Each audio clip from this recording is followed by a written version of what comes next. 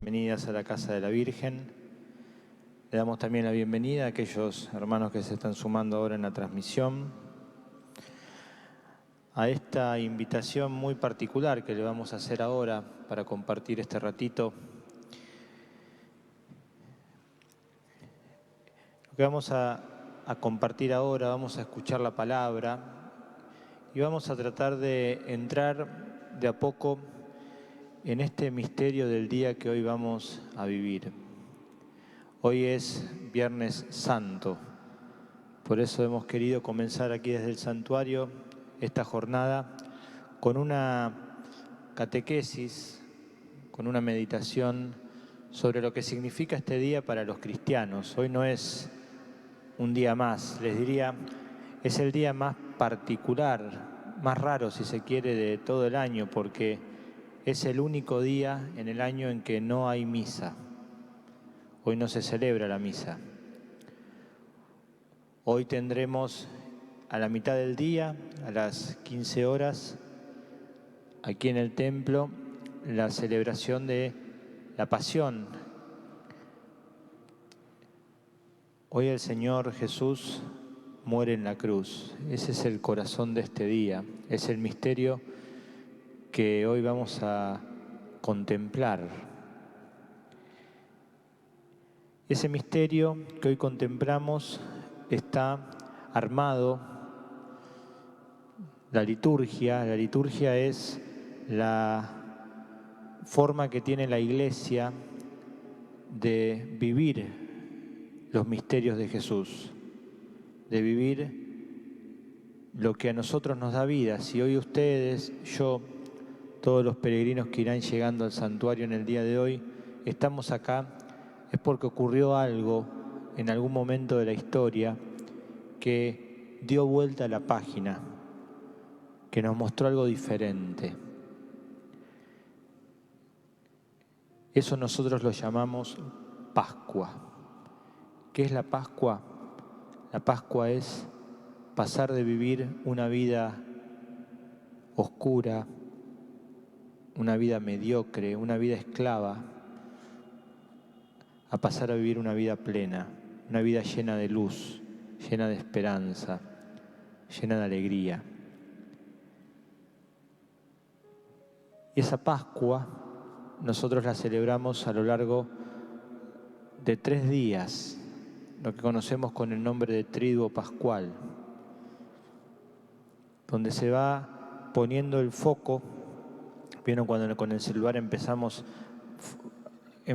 algo y empezamos a hacer zoom, y el zoom nos va llevando cada vez más al centro y nos va metiendo cada vez más y con mayor detalle en la imagen. El Tríodo Pascual nos invita a hacer zoom en este momento. Anoche celebrábamos la última cena, o mejor dicho, la cena del Señor, donde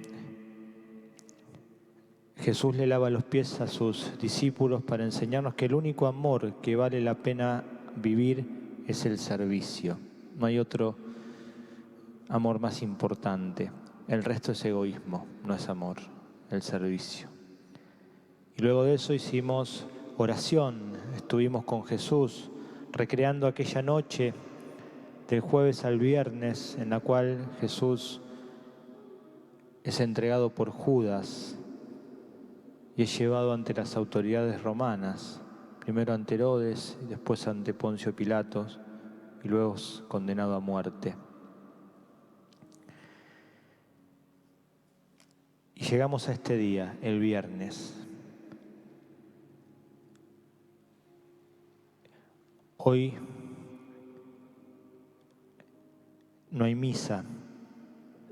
Cuando celebramos la misa estamos celebrando la palabra que Jesús nos está regalando. Por eso Jesús en la misa nos dice: tomen, coman, tomen, beban. Él nos da su palabra, que es la que nos da vida. Pero ¿saben qué?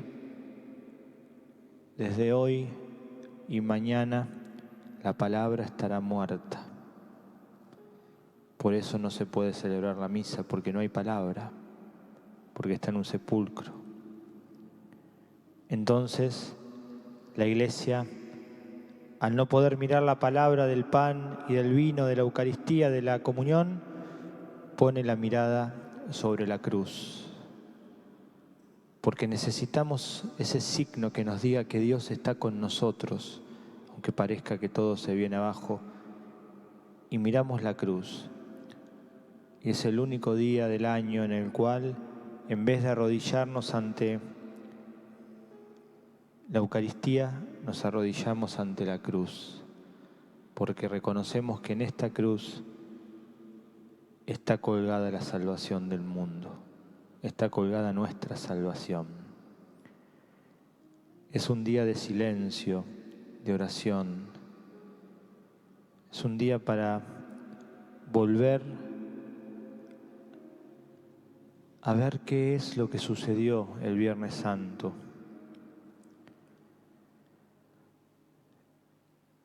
Y a las 15 horas, cuando vivamos la pasión, terminará con la adoración de la cruz. Aquí en el centro quedará una cruz, esa cruz grande, negra, expuesta, para que todos podamos adorarla, la podamos besar, la podamos arrodillar, la podamos tocar y entender que aquel hombre, Jesús de Nazaret, a quien todos seguían, por quien todos vivían, aquel hombre que iba haciendo milagros, que iba devolviendo la vista a los ciegos, que iba devolviendo el habla a los mudos, que iba haciendo caminar a los paralíticos, que iba curando a los leprosos, que iba dando palabras de ánimo a los que estaban sufriendo, que resucitaba a los muertos. Aquel hombre que tanto bien hacía, ahora estará muerto.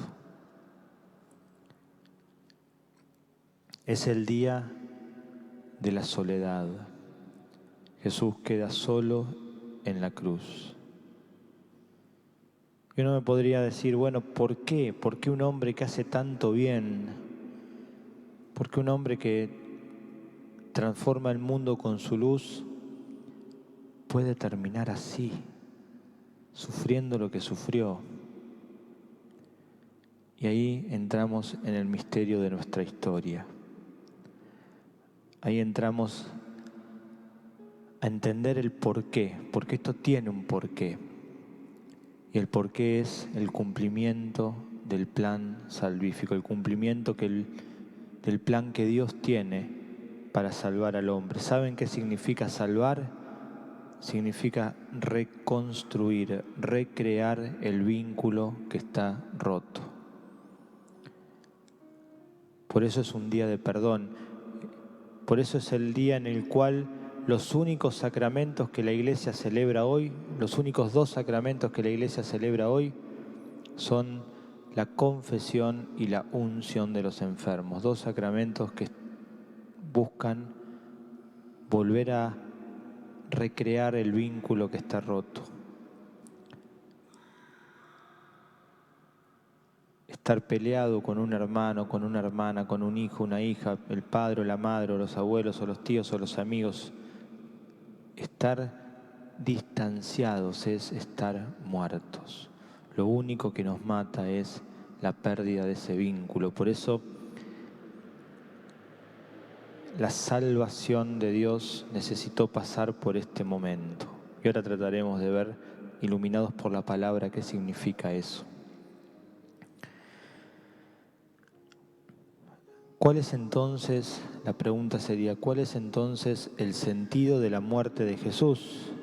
¿Por qué y para qué murió Jesús por nosotros?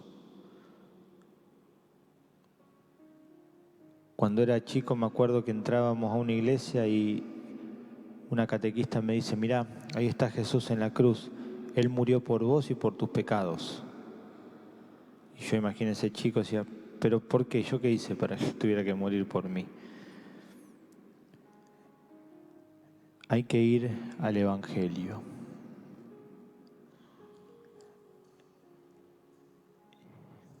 Se han hecho muchos esfuerzos a lo largo de la historia por reconstruir cómo fue históricamente la vida de Jesús. Es difícil porque no hay muchas fuentes históricas de la cual podamos agarrarnos para recrear su historia, su vida, pero la fuente más importante que tenemos, y les diría yo la única que necesitamos, son los evangelios. Y uno de estos evangelios tiene una precisión muy profunda para que entendamos el sentido de esta muerte, de esta entrega de Jesús. A ver si lo puedo explicar bien y se entiende. Para entender la muerte de Jesús, tenemos que decir una palabrita sobre el significado de la Pascua para los judíos, porque nosotros somos herederos de la tradición judía. Los judíos, y lo escuchábamos anoche, cuando son rescatados de la esclavitud, recordemos que la Pascua de Israel, la Pascua judía, es ese momento en el cual Dios saca al pueblo de la esclavitud de Egipto y lo hace caminar a la tierra de la libertad. Ese es el concepto, esa es la idea que tiene un israelita de la Pascua. La Pascua es el paso de estar esclavos a ser libres. Para nosotros los cristianos, la Pascua será el paso de estar muertos a estar vivos, y vivos para siempre. Y entonces cuando salen, Moisés le pide al pueblo un rito, hacer algo para recordar, para tener memoria de aquello que él había hecho. Y eso es precisamente el rito del Cordero. Más que un cordero estaban los cabritos, pero es un animal macho que el pueblo tenía que matar, desangrarlo y después comerlo el día de la Pascua. Y ese día de la Pascua era tan santo, tan solemne, tan grande, que no se podía hacer otra cosa. Había que estar limpios, había que estar puros, había que estar preparados para poder comer la Pascua, para poder comer ese animal que se había sacrificado y que representaba la liberación. Bueno, hoy vamos a escuchar el relato de la Pasión según San Juan. No lo voy a leer ahora porque sea muy largo, pero en el relato de la Pasión según San Juan se da como históricamente fue aquella jornada. Atención. Para San Juan no hay última cena. Para San Juan es la cena del Señor. Si uno va a los evangelios sinópticos, Marcos, Lucas, Mateo, van a ver que esa cena es una última cena porque es una cena pascual, porque Jesús come la Pascua con sus judíos, nos dice San Lucas. He deseado ardientemente comer esta Pascua con ustedes, le dice Jesús a los discípulos. Tienen una intención, quieren mostrar que esa última cena de Jesús con los discípulos era la Pascua. Pero San Juan nos trae otro dato. Cuenta las cosas de una manera distinta. ¿Por qué? Porque cuando uno tiene que escribir la vida de alguien, y más cuando el tiempo pasa y nos llegan noticias de esa persona orales, uno va escribiendo y va armando esa historia para poder explicar a la gente que le tiene que decir las cosas cómo pasaron. Entonces, ¿qué dice San Juan? Bueno, esperen. La Pascua de los judíos se celebraba los sábados, un sábado en el año.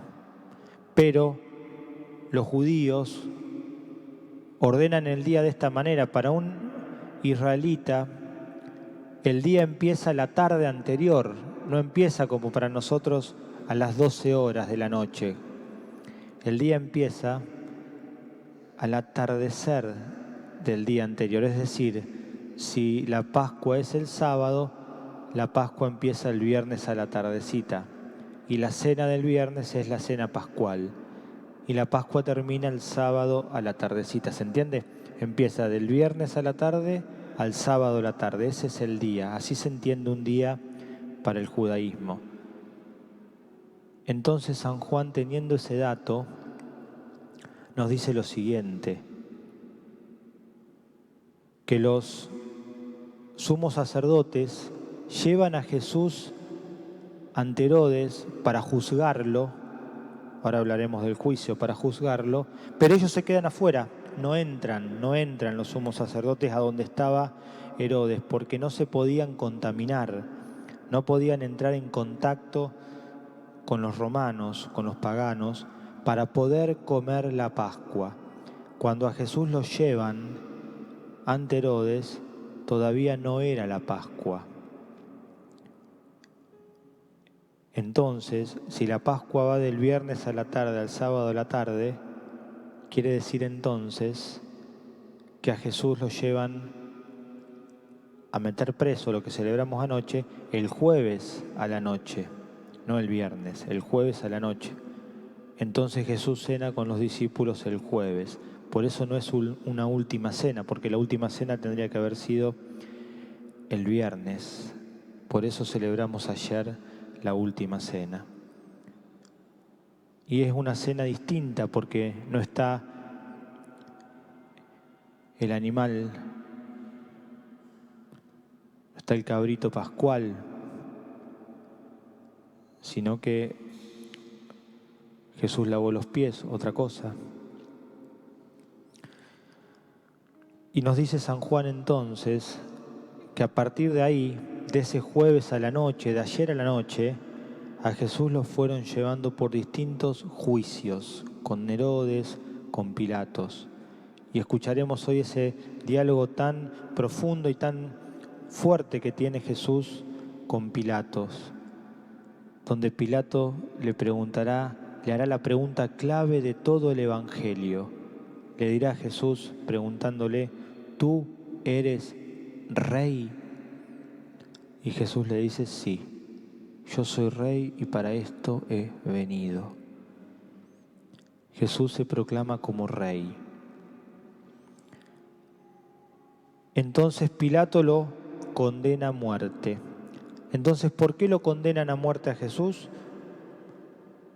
Por proclamarse rey y por proclamarse hijo de Dios.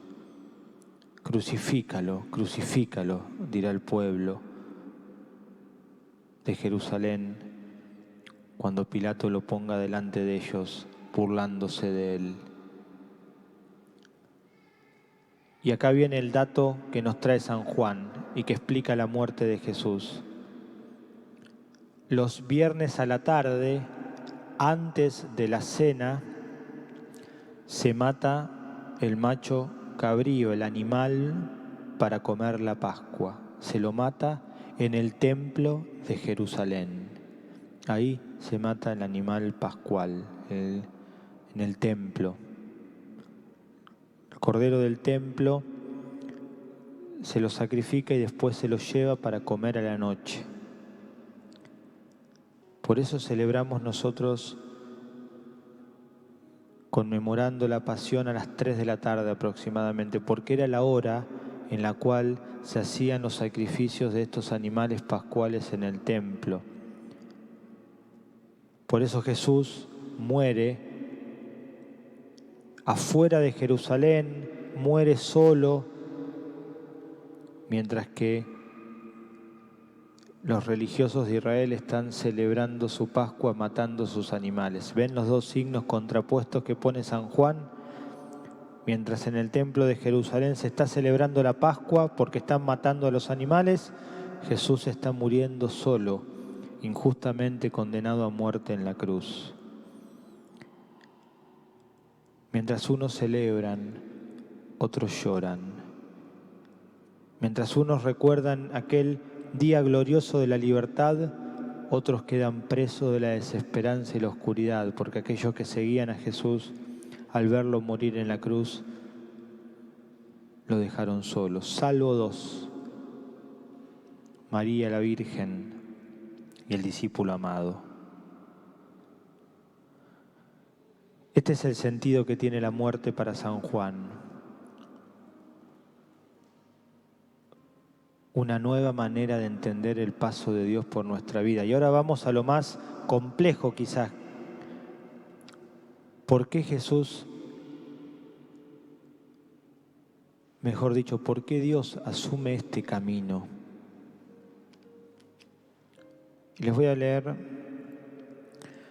dos textos de la carta a los Hebreos. La carta a los Hebreos es uno de los libros más nuevos de la Biblia. La carta a los Hebreos se escribe mucho tiempo después que Jesús muere, mucho tiempo después que Jesús resucita. Y en la carta a los Hebreos, el autor de esta carta va a hacer una interpretación de la muerte de Jesús. Nos va a contar dos datos sobre Jesús para que aquellos que la leemos podamos sentirnos tocados, podamos sentir que Jesús pasó por algo de lo que todos nosotros también tenemos que pasar. La carta a los Hebreos es una carta que si uno la lee puede entender esto que nos decía San Juan, que Jesús va a morir justo en el mismo momento en el cual se comienza a celebrar la Pascua de los judíos en el templo de Jerusalén. Por eso la carta a los Hebreos va a jugar permanentemente con una comparación, el templo de Jerusalén y el cuerpo de Jesús, para terminar diciéndonos que el nuevo templo es el mismo cuerpo sufriente de Jesús. Jesús al morir en la cruz, para la carta a los Hebreos, al morir en la cruz, Jesús estará inaugurando un nuevo santuario. Jesús al morir en la cruz hará que cada uno de los que sufrimos, hombres y mujeres a lo largo de la historia, podamos vivir en nuestro propio cuerpo el santuario, porque nuestra carne sufriente está asociada a la carne sufriente de Jesús. Y comienza diciendo así la carta a los Hebreos. Voy leyendo algunas cositas sueltas en el capítulo 5.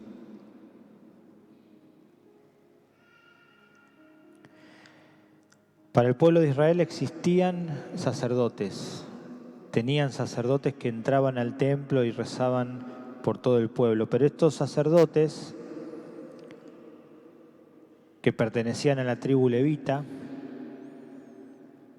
podían hacer algunas cosas, pero tenían que estar en condiciones impecables para poder entrar al texto. Entonces la carta a los Hebreos dice en el capítulo 5, todo sumo sacerdote escogido entre los hombres está constituido en favor de los hombres en lo que se refiere a Dios para ofrecer dones y sacrificios por los pecados. El sacerdote ofrece dones, ofrece regalos para alcanzar el perdón. Y puede compadecerse de los ignorantes y extraviados, ya que él mismo está rodeado de debilidad. Ese sumo sacerdote puede tener compasión, puede entender el sufrimiento de los demás, porque él también es débil y sufre. Y a causa de esa debilidad debe ofrecer expiación por los pecados. Y acá está la clave.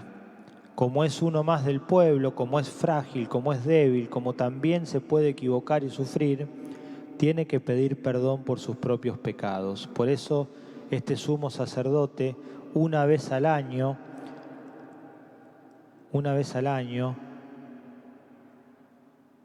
en la segunda fiesta más importante de los judíos, como les decía hoy, la primera es la Pascua y esta es la segunda, que son las dos fiestas que tenemos que tener muy en la cabeza para entender lo que la Biblia nos quiere enseñar sobre este día.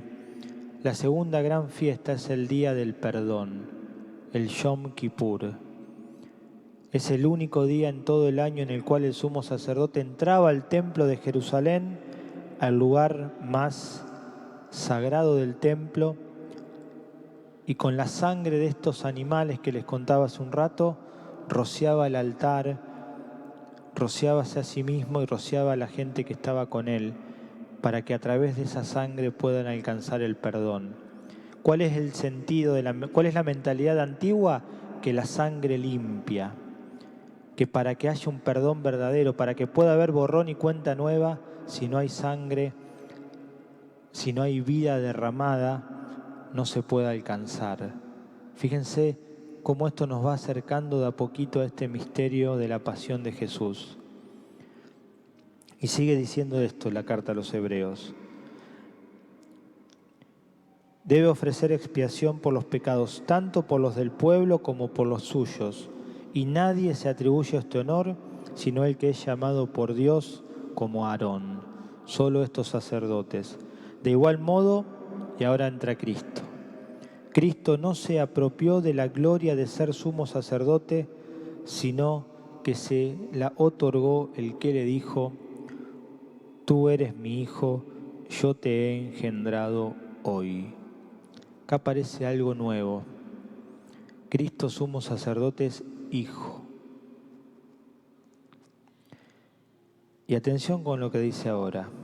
Él, en los días de su vida en la tierra, ofreció con gran angustia y lágrimas oraciones y súplicas al que podía salvarlo de la muerte.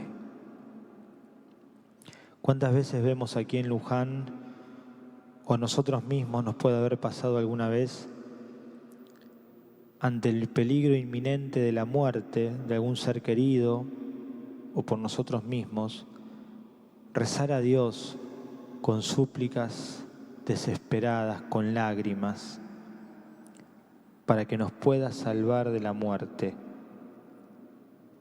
Y fue escuchado, por su piedad filial, fue escuchado por ser hijo, y aún siendo hijo, aprendió por el sufrimiento lo que significa obedecer. Y llegado a la perfección, se ha hecho causa de salvación eterna para todos los que obedecen, ya que fue proclamado por Dios sumo sacerdote según el orden de Melquisedec. Entonces, ¿era necesario tanto sufrimiento? Acabamos de escuchar que sí. Acabamos de escuchar que los sufrimientos de Jesús fueron sufrimientos solidarios. Él sufrió porque era hombre como nosotros. Él sufrió porque, así como nosotros, ellos también sufrían. Qué lindo poder empezar este Viernes Santo sabiendo que todo lo que vamos a contemplar hoy de Jesús también lo vivimos nosotros. Que en el misterio más, me animaría a decir, desesperante y oscuro, creo que este es el único misterio que ninguno de nosotros querría aceptar fácilmente. Todos querríamos decir, bueno, saquemos el Viernes Santo del almaná, que ya está, se terminó, que lave los pies a los discípulos, recemos con Él, pero que nos siga sanando, que nos siga devolviendo la vista, que nos siga curando las parálisis, que nos siga enseñando. Pero el Señor no se queda en eso. Tiene que tocar lo más oscuro y frágil de nuestra condición humana, que es la muerte. Por eso en esta mañana nuestra intención era poder ayudarlos a entrar con la palabra a este misterio que hoy vamos a celebrar. Único día en el año donde no hay misa, precisamente por lo que les decía al principio. No hay misa porque la palabra está muerta. Hoy no hay nadie que nos diga: tomen y coman, esto es mi cuerpo, tomen y beban, es mi sangre. Hoy no hay nadie que diga esa palabra, porque esa palabra estará muerta en la cruz. Por eso es el día de silencio. Hoy la Iglesia no tiene palabra que decir, sino escuchar lo que ya se ha dicho. Por eso nos vamos a arrodillar ante la cruz, y solo ante la cruz, porque vamos a reconocer en esta cruz este misterio que la palabra nos ilumina, el acto de solidaridad, de amor más grande que podamos haber conocido, aquel que siendo todo se hizo nadie, para los que somos nada seamos todos. Fíjense, el sufrimiento de Jesús no es por Él, es por nosotros, porque es hombre como nosotros y conoce lo que es el sufrimiento. Nos invita a través de ese camino a encontrarnos con Él.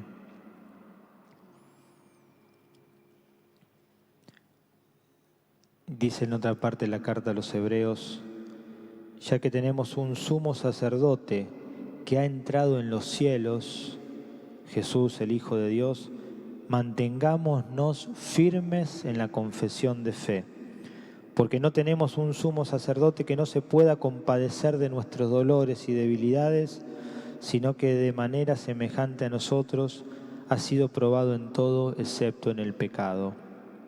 Por lo tanto, acerquémonos confiadamente al trono de la gracia para que alcancemos misericordia y encontremos la gracia que nos ayude en el momento oportuno. ¡Qué maravilla! ¡Qué maravilla! Acerquémonos al trono de la gracia. ¿Y cuál es ese trono de la gracia? La cruz. Y esta cruz que nosotros la tenemos simbólicamente en una imagen, queridos hermanos, hermanas, esta cruz está en nuestro propio cuerpo, en el sufrimiento propio y en el de aquellos que sufren y a quien tenemos que acompañar. Voy a ir terminando porque ya me pasé. Propuse media hora. Bueno, la invitación para este día es tener en cuenta cómo la liturgia, como enseñaban ya unos antiguos maestros de la Iglesia, la liturgia es el lenguaje del Espíritu Santo y cómo a través de la liturgia vamos entrando en el misterio de Jesús. Vamos entrando en un nuevo mundo. Ya no es la Pascua como un paso, como entendíamos y veíamos hoy de los judíos, sino que ahora la Pascua es el nuevo templo, el nuevo santuario, la cruz. Que sea un día de oración, que sea un día de recogimiento, que sea un día donde tratemos de estar un poquito más que de costumbre en silencio. Que sea un día donde nos tomemos un rato para mirar la cruz, para contemplarla, para leer la pasión en el Evangelio de Juan, en los capítulos 18, 19 y 20, para poder volver a ver que esto que Jesús pasó allá en la historia, que esto que Jesús pasó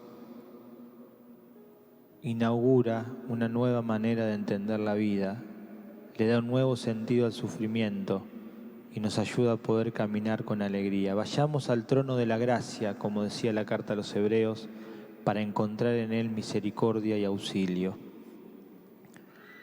Que la Virgen de Luján, aquí en su casa, quien contempló a Jesús en la cruz como un acto de amor supremo, nos siga cuidando y siga mirándonos a nosotros como miró a su Hijo crucificado, con mucho amor. Con mucho amor. Pongamos en sus manos nuestras vidas y hoy que no tenemos la palabra porque está muerta, hoy que no tenemos misa, podamos contemplar con el corazón la cruz, darle un beso sentido a esa cruz, tocarla con nuestras manos y saber que esa cruz y que en esa cruz está la historia de la humanidad y la de cada uno de nosotros. Que en este día que se prolongará, vieron que les dije al principio que para los judíos el día va de la tarde a la tarde, es decir, desde el viernes a la tarde al sábado a la tarde es la Pascua. Bueno, nosotros que en este día, mientras el mundo celebra su Pascua, fin de semana largo, turismo, nosotros celebramos nuestra Pascua, un hombre muerto en la cruz, pero no cualquier hombre, el Hijo de Dios. Desde este viernes a la tarde a mañana a la tarde, nuestra Pascua será un día de silencio para inaugurar un nuevo tiempo y una nueva Pascua, algo totalmente, radicalmente nuevo, cuando mañana a la noche celebremos la vigilia pascual. Que el Señor nos conceda, por intercesión de la Virgen, poder ser tocados por este misterio y descubrir la riqueza de acercarnos al trono de la gracia. Mañana a las 8 los esperamos también para celebrar una oración de la Iglesia, que es una oración que no es muy conocida quizás para todos, que es la oración de la liturgia de las horas. La Iglesia propone unas oraciones que en verdad son salmos y himnos para poder consagrar las horas del día a Dios, para hacer que el tiempo en que estamos viviendo sea un tiempo divino y que a través de esa oración también el Señor escuche nuestras súplicas. Entonces mañana a las 8, aquí en el templo, rezaremos la oración de laudes, que es la oración de la mañana. Laudes significa alabanza. Bueno, es una oración para alabar a Dios. Rezaremos los salmos, pero con el clima que supone ese día, un clima de silencio, de oración, de recogimiento. Así que los invitamos a descargar de nuestra página web, santuariodeluján.org.ar, el PDF con esta oración. Se van a descargar un PDF que tiene la oración seguida y mañana aquí en el templo rezaremos la oración de laudes y les iremos indicando cómo son los pasos para ir rezándola, pero para que ya vayan teniéndola, se la puedan ir descargando de nuestra página web, donde dice Sábado Santo, ingresan ahí y ahí tienen un link para descargarse el PDF. Que el Señor entonces nos conceda la gracia de acercarnos a su trono, a alcanzar salvación. Rezamos a la Virgen. Dios te salve María, llena eres de gracia, el Señor es contigo, bendita tú eres entre todas las mujeres y bendito el fruto de tu vientre Jesús. Santa María, Madre de Dios, ruega por nosotros pecadores, ahora y en la hora de nuestra muerte. Amén. Nuestra Señora de Luján, ruega por nosotros. Ahora en un ratito rezaremos el Vía Crucis a las 9, a las 11, a las 13:45 nos concentraremos en la puerta del templo y comenzaremos un Vía Crucis por las calles, cortitos, serán 2 cuadras, 3, y volveremos aquí para celebrar a las 15 la Pasión, este misterio de que recién reflexionamos. Y luego de la Pasión quedará la cruz aquí para la adoración durante toda la tarde, para tener ese momento de intimidad personal con el Señor, adorando la cruz. Y a las 18 los invitamos a sumarse al Vía Crucis aquí por las calles que el grupo Emaús prepara todos los años, que arranca, si no me equivoco mal, desde el cementerio. Bueno, que el Viernes Santo sea un día de profunda oración, de encuentro con Dios y también de acción de gracias por lo que Jesús nos ha regalado. En el nombre del Padre, del Hijo y del Espíritu Santo. Amén.